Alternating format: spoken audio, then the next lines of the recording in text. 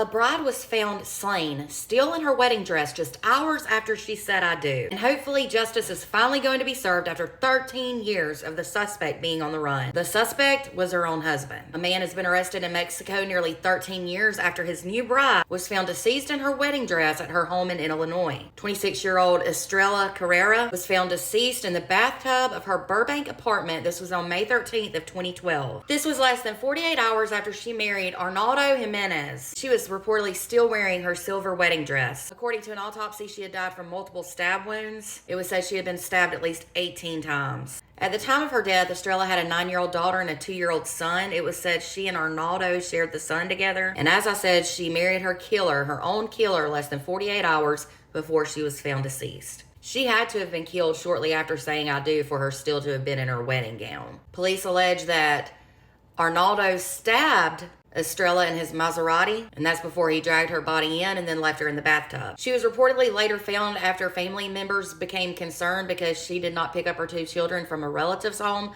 like she was supposed to, so they contacted the authorities and the police then performed a welfare check. And of course, that's when they found her. Authorities in Cook County reportedly charged her husband Arnaldo with first-degree murder on May 17th, 2012. Soon after that, federal authorities issued an arrest warrant for him, and that was on a federal charge of unlawful flight to avoid prosecution, and reportedly he fled the country. He was luckily recently arrested in Monterrey, Mexico, and he was taken into custody without incident. It was said that Estrella had not told anybody that she was getting married or that she had gotten married, so it was a bit of a shock to her family when they found that out. In 2019, the FBI had announced a $100,000 award for any information that led to Arnaldo's arrest.